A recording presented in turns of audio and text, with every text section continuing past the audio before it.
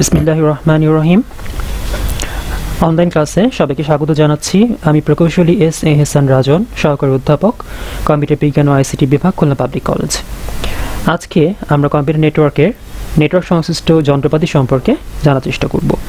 আমরা ইতিমধ্যে জেনেছি কম্পিউটার নেটওয়ার্ক কী, নেটওয়ার্ক টপোলজি কীভাবে কাজ করে, নেটওয়ার্ক টপোলজিতে যে বিভিন্ন অনুষঙ্গগুলো থাকে সেগুলো সম্পর্কেও আমরা জেনেছি। এ পর্যায়ে নেটওয়ার্কের যে ডিভাইসগুলো আছে, একটা নেটওয়ার্ক তৈরি করতে গেলে যে সমস্ত যন্ত্রগুলোর প্রয়োজন হয় সেগুলো সম্পর্কে আমরা ধারণা পাওয়ার চেষ্টা করব। আমরা একটা নেটওয়ার্কের ছবি দেখতে পাচ্ছি, যেখানে একটি নেটওয়ার্কে ক্লায়েন্ট, সার্ভার এই জিনিসগুলো রয়েছে এবং এই ক্লায়েন্ট এবং সার্ভারের পাশাপাশি এরা পরস্পরের সাথে সংযুক্ত থাকার জন্য বেশ কিছু যন্ত্র আমরা দেখতে পাচ্ছি, যেমন সুইচ, সার্ভার, রাউটার ইত্যাদি। শুধুমাত্র এই ডিভাইসগুলাই নেটওয়ার্কিং ডিভাইস না, এছাড়াও আরও অনেকগুলো ডিভাইস রয়েছে। এগুলো সম্পর্কে আমরা আস্তে আস্তে জানার চেষ্টা করব। নেটওয়ার্কিং ডিভাইস বলতে মূলত যে যন্ত্রগুলো আমাদের সামনে চলে আসে তার মধ্যে রয়েছে মডেম, এনআইসি বা নেটওয়ার্ক ইন্টারফেস কার্ড, যেটাকে আমরা ল্যান কার্ড বলি, repeater, hub, switch, router, bridge এবং গেটওয়ে। সবগুলো সম্পর্কে আমরা প্রাথমিক ধারণা লাভের চেষ্টা করব। তো প্রথমেই আমরা চেষ্টা করি এই যে ডিভাইসগুলো সম্পর্কে শুরু করতে। হাব এমন একটা যন্ত্র যেটি সাধারণত তারযুক্ত একটা নেটওয়ার্কের অনেকগুলো যন্ত্রকে একত্রিত করতে পারে। অর্থাৎ অনেকগুলো যন্ত্রকে একত্রিত করার জন্য, অনেকগুলো নেটওয়ার্কিং ডিভাইসকে, অনেকগুলো নেটওয়ার্কিং কম্পোনেন্টকে একত্রিত করার জন্য, সবগুলাকে অ্যাগ্রিগেট করার জন্য যা ব্যবহার করা হয় তাই হচ্ছে হাব। এই হাব যখন আমরা ব্যবহার করি, ডেটাগুলো এখানে একত্রিত হয় এবং এই যে ডেটাগুলো একত্রিত হচ্ছে, একটি মজার ব্যাপার হচ্ছে ডেটাগুলো কিন্তু এই ক্ষেত্রে পড়তে পারে না। একটা কম্পিউটার যখন একটা কম্পিউটারে যাচ্ছে, সেইগুলো কিন্তু নর্মালি পড়তে পারে না। সবার কাছে ডেটাগুলো আসে, যার প্রয়োজন শুধুমাত্র সেই ডেটাগুলোকে রিসিভ করবে, অন্য ডেটাগুলোকে ডিসকার্ড করে। অর্থাৎ একটা হাব যখন ব্যবহার করা হয়, এই ক্ষেত্রে কিন্তু দেখা যায় যে হাবের ক্ষেত্রে ডেটাগুলো ট্রাফিকটা বাড়িয়ে দেয়। আমরা একটা ছবি দেখতে পাচ্ছি যেখানে একটা কম্পিউটার থেকে, যেখানে এই যে কম্পিউটারটি, এই কম্পিউটার ডেটাগুলোকে সেন্ড করতেছে এবং আমরা দেখতে পাচ্ছি প্রত্যেকটা কম্পিউটারের কাছে কিন্তু ডেটাগুলো চলে আসতেছে। তো এই যে যেটা বললাম যে একটা কম্পিউটার থেকে অন্য সমস্ত কম্পিউটারের কাছে ডেটাগুলো চলে যায়, বাট আমার এমনও প্রয়োজন হতে পারে যে সবার কাছে আমার ডেটাগুলো যাওয়ার প্রয়োজন নাই। সুতরাং হাবের একটা বড় সীমাবদ্ধতা হচ্ছে যে এটা নির্দিষ্ট কোনো ডিভাইসকে ডেটাগুলো সেন্ড করতে পারে না। খুব সহজভাবে বলতে গেলে একটা ডিভাইস থেকে ওই নেটওয়ার্কের সাথে সংযুক্ত বা ওই হাবের সাথে সংযুক্ত সমস্ত কম্পিউটারই ডেটাগুলা পেয়ে যাবে। আর যেহেতু এই ডেটাগুলা অতিরিক্ত পরিমাণে আমাদেরকে পাঠাতে হচ্ছে, আননেসেসারি পরিমাণ ট্রাফিক তৈরি হচ্ছে, হাবের গতি এ কারণে অপেক্ষাকৃত কম হয়। হাবের সুবিধা বলতে গেলে হাবের দাম অপেক্ষাকৃত কম, হাব বিভিন্ন মিডিয়াকে যুক্ত করতে পারে। হাবের অসুবিধার মধ্যে রয়েছে নেটওয়ার্ক ট্রাফিক বৃদ্ধি পায়, যেটা আমি একটু আগেই বলেছি। ডেটার সংঘর্ষ বা কলিশন সম্ভাবনা থাকে। অর্থাৎ যখন একটা কম্পিউটার ডেটাগুলোকে সেন্ড করতে যাচ্ছে, তখন যদি অন্য কোনো কম্পিউটার ডেটাগুলো সেন্ড করতে যায়, তবে কিন্তু দুইটা কম্পিউটার ডেটাগুলাই নষ্ট হয়ে যাওয়ার বা ডেটাগুলো কিন্তু ডিসকার্ডেড হয়ে যাওয়ার সম্ভাবনা থাকে। ডেটা পরিশ্রুতকরণ বা ডেটা ফিল্টারিংটা ম্যাক্সিমাম ক্ষেত্রে এক্ষেত্রে সম্ভব হয় না। হাব বেশ কয়েক প্রকার হতে পারে। আমরা হাবে কিছু ছবি দেখতে পাচ্ছি। এই যে পোর্টগুলো দেখতে পাচ্ছি, কম্পিউটারগুলো এই পোর্টের মাধ্যমে কানেক্টেড থেকে থাকে। আমরা হাবের পরে যে ডিভাইসটি সম্পর্কে জানার চেষ্টা করব সেটি হচ্ছে সুইচ হাবের মতো একটা যন্ত্র, বাট এই ক্ষেত্রে প্রধান পার্থক্যটা হলো সুইচ তারের সাথে সংযুক্ত প্রত্যেকটা যন্ত্রকে পৃথকভাবে শনাক্ত করতে পারে। অর্থাৎ হাব যেমন ডেটাগুলো সবার কাছে সেন্ড করতো, সুইচ ডেটাগুলো সবার কাছে সেন্ড করবে না। সুইচ যে কাজটা করবে সেটা হচ্ছে নেটওয়ার্ক সেগমেন্টের কাছে ডেটাগুলা পাঠাতে পারে এবং এই কাজটি করার জন্য, কোনো নির্দিষ্ট কম্পিউটারের কাছে ডেটাগুলো পাঠানোর জন্য সুইচ প্রত্যেকটা সংযুক্ত যন্ত্রকে একটা করে ইউনিক নাম্বার প্রদান করে, যাকে আমরা বলতেছি Mac address, media control address. তো এই যে মিডিয়া অ্যাক্সেস কন্ট্রোল অ্যাড্রেসটা, এই অ্যাড্রেসটার মাধ্যমেই কিন্তু প্রত্যেকটা ডিভাইসকে ইউনিকলি আইডেন্টিফাই করা হয় এবং যার মাধ্যমেই কিন্তু সুইচ যার কাছে প্রয়োজন শুধুমাত্র তার কাছে ডেটাগুলোকে সেন্ড করে। যেহেতু ডেটাগুলা সবার কাছে পাঠাতে হচ্ছে না, নির্দিষ্ট একটা ডিভাইসের কাছে যে ডাটাগুলা পাওয়ার জন্য জরুরি, যার কাছে ডাটাগুলো পাওয়া জরুরি তার কাছে ডাটাগুলো সেন্ড করতেছে। এই কারণে কিন্তু সুইচের ক্ষেত্রে গতিটা অপেক্ষাকৃত দ্রুত হয় হাবের তুলনায়। বর্তমানে আমরা যখন নেটওয়ার্ক তৈরি করি সেক্ষেত্রে কিন্তু সুইচটাই সবথেকে বেশি ব্যবহার করা হয়। আমরা দেখতে পাচ্ছি হাব এবং সুইচের মধ্যে মূলত চেহারার খুব একটা ডিফারেন্স নাই, আগের মতোই এখানে প্রত্যেকটা কম্পিউটার অ্যাড করার জন্য পোর্ট থাকে এবং এই যে বিভিন্ন ধরনের এই পোর্টের সংখ্যার উপরে ভিত্তি করে কিন্তু আসলে মোটামুটি সুইচের দাম হেরফের করতে পারে। সুইচের সুবিধার মধ্যে আমরা বলতে পারি ডেটার কলিশন সম্ভাবনা কমায়, ডেটা প্রাইভেসি নিশ্চিত করা যায়। অসুবিধার মধ্যে যেটা রয়েছে সেটা হচ্ছে দাম হাবের তুলনায় অপেক্ষাকৃত বেশি এবং ডেটা ফিল্টারিং এক্ষেত্রেও সম্ভব হয় না। আমরা এরপরে যে যন্ত্রটি সম্পর্কে জানবো, যেটা সম্পর্কে মোটামুটি আমরা আসলে সবাই পরিচিত যে নামটির সাথে, সেটা হচ্ছে রাউটার। রাউটার শব্দটি এসেছে মূলত রুট থেকে। আমরা জানি রুট মানে হচ্ছে পথ। তো এই যে রাউটার, এটা মজার ব্যাপার, রাউটার একটা ডিভাইস যদিও, বাট এই ডিভাইসটার ক্ষেত্রে এর হার্ডওয়্যারের থেকে সফটওয়্যার পার্টটা অনেক বেশি গুরুত্বপূর্ণ। কেননা একটা রাউটার ডিফাইন করে দেয় যে ডেটাগুলা কোন পথে যাবে। আমরা জানি একটা নেটওয়ার্ক যখন থাকে, যখন অনেকগুলো ডিভাইস কানেক্টেড থাকে, একটা ডিভাইস থেকে আরেকটা ডিভাইসে ডেটাগুলো সেন্ড করার জন্য একাধিক পথ থাকতে পারে। কোন পথে ডেটাটা গেলে সব থেকে দ্রুত যেতে পারবে, ডেটাটার যাওয়াটা নিশ্চিত হতে পারবে, সেইটা নিশ্চিত করার জন্য কিছু সফটওয়্যার ইউজ করা হয়। এই যে সফটওয়্যারটা, কিছু সফটওয়্যার বলতে রাউটিং টেবিল ইউজ করা হয়। এই রাউটিং টেবিল এর পার্টটা আছে বলেই কিন্তু রাউটার ডেটাগুলার আদান প্রদানটাকে নিশ্চিত করতে পারে। রাউটার একই প্রোটোকলের অধীনে কার্যরত দুইটা নেটওয়ার্ককে সংযুক্ত করার জন্য ব্যবহৃত হয় এবং আমরা জানি যে ইন্টারনেটে অসংখ্য রাউটার রয়েছে। এই যে রাউটারগুলা আমরা ছবিতে দেখতে পাচ্ছি, ডেটাগুলা সুইচের কাছে আসার পর যদি প্রয়োজন হয় সেটা রাউটার দিয়ে ক্রস করতেছে, আর যদি ওই একই নেটওয়ার্কের মধ্যে থেকে থাকে তবে সুইচ কিন্তু ডেটাগুলা রাউটারের কাছে দিচ্ছে না, সে নিজেই কিন্তু ডেটাগুলাকে প্রোভাইড করতে পারে। সেমভাবে যদি আমি ডান দিকে চেহারাটাও খেয়াল করি, যদি ডেটাটা প্রয়োজন হয় যে এই পাশে নেটওয়ার্কের আসার, তাহলে কিন্তু একমাত্র রাউটারটা ক্রস করে ইন্টারনেটে যাচ্ছে বা এই পাশে নেটওয়ার্কে চলে আসতেছে। আমরা দুইটা নেটওয়ার্ক দেখতে পাচ্ছি বা দুইটা নেটওয়ার্কের সেগমেন্ট দেখতে পাচ্ছি এবং এই দুইটা নেটওয়ার্কের সেগমেন্ট থেকে কিভাবে ডেটাগুলা রাউটারের মাধ্যমে পাস করতে পারে সেই জিনিসগুলো সম্পর্কে আমরা অবহিত হচ্ছি। ইন্টারনেটের ব্যবহার করতে গেলে মূলত রাউটারের কোনো বিকল্প নেই।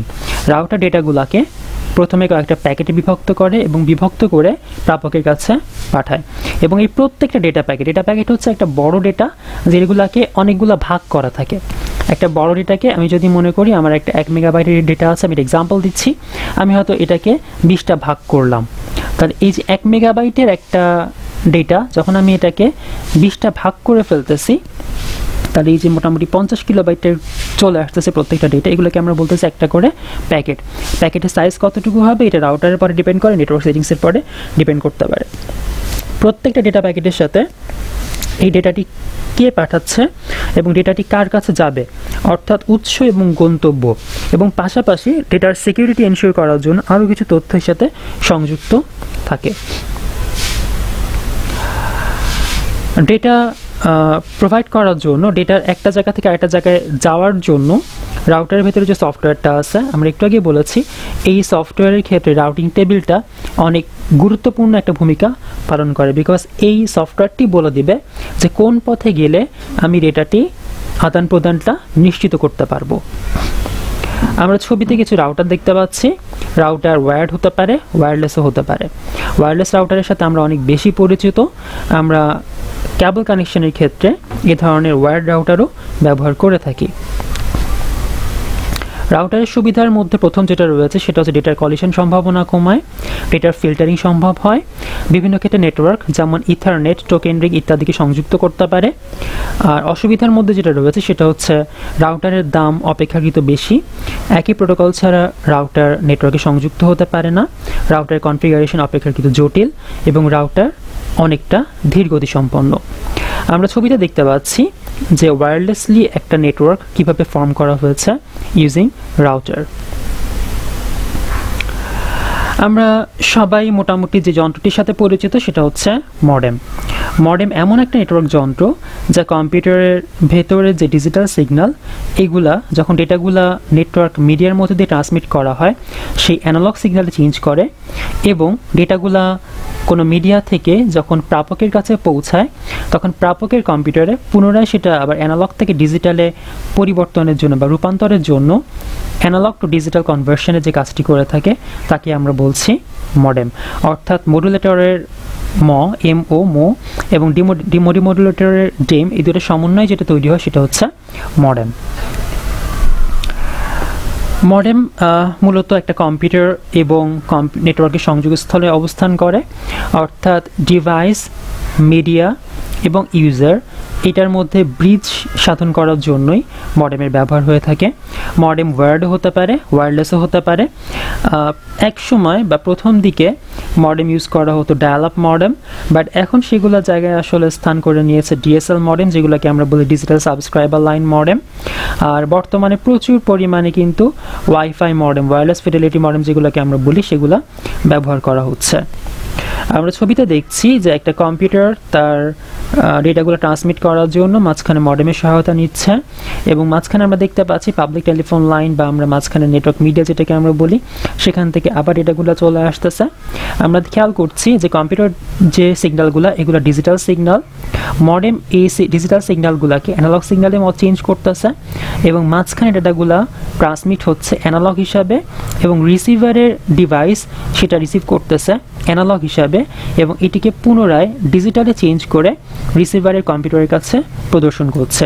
এই যে অ্যানালগ টু ডিজিটাল কনভার্সন এটাই সবথেকে ইম্পর্টেন্ট ব্যাপার মডেমের ক্ষেত্রে। আমরা এবার যা জানবো সেটা হচ্ছে নেটওয়ার্ক ইন্টারফেস কার্ড, যেটাকে আমরা ল্যান কার্ডও বলি আসলে। তো এই নেটওয়ার্ক ইন্টারফেস কার্ড এটা একেবারে আবশ্যকীয় একটা জিনিস। একটা কম্পিউটার যখন নেটওয়ার্কে সংযুক্ত হবে এই নেটওয়ার্ক ইন্টারফেস কার্ড ছাড়া কোনো ডিভাইস নেটওয়ার্কে সংযুক্ত হতে পারে না। এই কার্ডকে ল্যান কার্ড বলে বা নেটওয়ার্ক অ্যাডাপ্টারও বলা হয় এবং নর্মালি এটা মাদারবোর্ডের নির্ধারিত স্লটের মধ্যে বসানো থাকে এবং বর্তমানে আসলে প্রত্যেকটা মাদারবোর্ডের সাথেই প্রায় ল্যান কার্ডগুলা বিল্ট ইন থাকে এবং কোনো কোনো ক্ষেত্রে অতিরিক্ত একটি ল্যান কার্ডও লাগানো যায়। আমরা যেমনটি বললাম দুই বা ততোধিক কম্পিউটারকে যদি সংযুক্ত করতে হয় তবে ল্যান কার্ড অবশ্যই প্রয়োজন, বিকজ ল্যান কার্ড ছাড়া কোনোভাবেই আমরা নেটওয়ার্ক কানেক্ট করতে পারি না। আমরা ছবি দেখছি, একটা পোর্ট দেখতে পাচ্ছি। মূলত নেটওয়ার্কের যে ক্যাবলগুলা এইগুলা এই পোর্টের মাধ্যমে আসলে কম্পিউটারের সাথে সংযুক্ত করা হয়ে থাকে। আমরা যে পোর্টটি দেখলাম আমরা এটাকে নর্মালি বলি সেটা হচ্ছে RJ45 সকেট। এই RJ45 সকেটের মধ্যেই আসলে আমরা নেটওয়ার্ক ক্যাবলটি প্লাগ ইন করে থাকি এবং ল্যান কার্ড আসলে প্রত্যেকটা ডিভাইসকে 48 বিটের একটা অদ্বিতীয় কোড দেয় যাকে আমরা বলতেছি মিডিয়া অ্যাক্সেস কন্ট্রোল অ্যাড্রেস, যেটা আমরা একটু আগে সম্পর্কে জেনেছি যে সুইচের ক্ষেত্রে প্রত্যেকটা ডিভাইসকে কিন্তু এই ধরনের একটা অ্যাড্রেস দিয়ে অ্যাড্রেসিং করা হয়ে থাকে। ল্যান কার্ড অনেক ক্ষেত্রে ইন্টারপ্রেটার হিসাবে কাজ করে এবং ল্যান কার্ড ওয়্যার্ড হতে পারে, ওয়্যারলেসও হতে পারে। রিপিটার খুব সিম্পল একটা ডিভাইস। আমরা জানি ডেটা কিছু দূর ট্রাভেল করার পরে তার যে সিগন্যালগুলো, কেন আমরা জানি ডেটা আসলে কি সিগন্যাল, কিছু ভোল্ট, 5 ভোল্ট, 3 ভোল্ট, 2 ভোল্ট এরকম জিনিসগুলো। তো একটা স্পেসিফিক ভোল্ট কিছু পরিমাণ ডিস্টেন্স কভার করার পরে দেখা যায় ডেটাগুলার স্ট্রেংথটা কমে যায়। যখন ডেটাগুলার স্ট্রেংথটা কমে যাচ্ছে সেই স্ট্রেংথটা আবার পুনরুজ্জীবিত করার জন্য এক ধরনের ডিভাইস ইউজ করা হয় যাতে সেটি আরও অতিরিক্ত পরিমাণে ডিস্টেন্স কভার করতে পারে। আমরা দেখতে পাচ্ছি হয়তো এই ক্যাবলটার মধ্য থেকে 100 মিটার পরিমাণ ডেটা ট্রাভেল করতে পারে, বাট যখন আমি এখানে একটা রিপিটার ইউজ করতেছি তখন এই রিপিটারের মাধ্যমে আমি আরও 100 মিটার পরিমাণ কিন্তু আমি ট্রাভেল করাতে পারবো। সুতরাং এইভাবে আমরা রিপিটার ইউজ করে একটা নেটওয়ার্কের এক্সপ্যানশন ঘটাতে পারি। অর্থাৎ যদি নেটওয়ার্কের অন্তর্ভুক্ত কম্পিউটারগুলোর দূরত্ব বেশি হয় তবে আমরা এই নেটওয়ার্ক ব্যবহারের এই রিপিটার ব্যবহারের মাধ্যমে আমরা নেটওয়ার্কটাকে এক্সটেন্ড করতে পারি। মূলত এখন অধিকাংশ নেটওয়ার্কিং ডিভাইসের মধ্যেই রিপিটার বিল্ট ইন থাকে। আমরা ব্রিজ সম্পর্কে জানবো। আমরা ব্রিজের কথা বলতে গেলে ব্রিজ মূলত কাজ করে OSI, that is open system interconnection মডেলের ডেটা লিঙ্ক লেয়ারের একাধিক নেটওয়ার্কে সংযুক্ত করার জন্য কাজ করে। আমরা এতক্ষণ দেখেছি বিভিন্ন নেটওয়ার্ককে নেটওয়ার্কের ডিভাইসগুলোকে সংযুক্ত করে। যখন বিভিন্ন ধরনের নেটওয়ার্কে সংযুক্ত করার প্রয়োজন হয় তবে সেই ক্ষেত্রে ব্রিজ একটা গুরুত্বপূর্ণ ভূমিকা পালন করে। আমরা ছবি দেখতে পাচ্ছি যে এই একটা নেটওয়ার্ক সেগমেন্ট এবং এখানে আরেকটা নেটওয়ার্ক সেগমেন্ট, এটি আরেকটা নেটওয়ার্ক সেগমেন্ট। এই সমস্ত নেটওয়ার্ক সেগমেন্টকে একত্রিত করছে ব্রিজ। গেটওয়ে আরেক ধরনের ডিভাইস যেটি ভিন্ন প্রোটোকলগুলোকে এক করে। আমরা একটু আগে কিন্তু বললাম যে দুটো ভিন্ন নেটওয়ার্কে সংযুক্ত করার কথা, এখন আমরা যা বলছি সেটা হচ্ছে দুটো ভিন্ন প্রোটোকলকে একত্রিত করার কথা। আমরা জানি প্রোটোকল হচ্ছে সেট অফ রুলস যেটা একাধিক ডিভাইস নিজেদের মধ্যে কমিউনিকেট করার জন্য ব্যবহার করে থাকে। যদি দুটো ভিন্ন প্রোটোকলের নেটওয়ার্ক একত্রিত হতে চায় তবে তাদের মধ্যে যা প্রয়োজন সেটা হচ্ছে গেটওয়ে। তো আমরা নেটওয়ার্ক আর্কিটেকচারের একটা ছবি দেখছি যেখানে switch, bridge, router, firewall, repeater মূলত সব ধরনেরই প্রায় ডিভাইসগুলো, নেটওয়ার্কিং ডিভাইসগুলো একত্রিত করে একটা নেটওয়ার্ক তৈরি করা হয়েছে। এর পাশাপাশি আরও অনেকগুলো ডিভাইস কিন্তু অলরেডি হিডেন রয়েছে, যেমন আমরা হাব বলতে পারি, আমরা অন্য ধরনের রিপিটার বলতে পারি, এই জিনিসগুলো আর কি। ফায়ারওয়াল সম্পর্কে একটু বলে রাখি, ফায়ারওয়াল ডিফাইন করে যে কোন ওয়েবসাইট বা কোন অ্যাপ্লিকেশন বা কোন লেয়ারের কম্পোনেন্টসগুলা বা অ্যাপ্লিকেশনসগুলা একটা নেটওয়ার্কে প্রবেশ করতে পারবে এবং কোনটি প্রবেশ করতে পারবে না, এটাকে আমরা বলে রাখি ফায়ারওয়াল। তো এই ছিল মোটামুটি আমাদের নেটওয়ার্কিং ডিভাইস সম্পর্কে ধারণা। সবাইকে সাথে থাকার জন্য ধন্যবাদ জানাচ্ছি। আসসালামু আলাইকুম।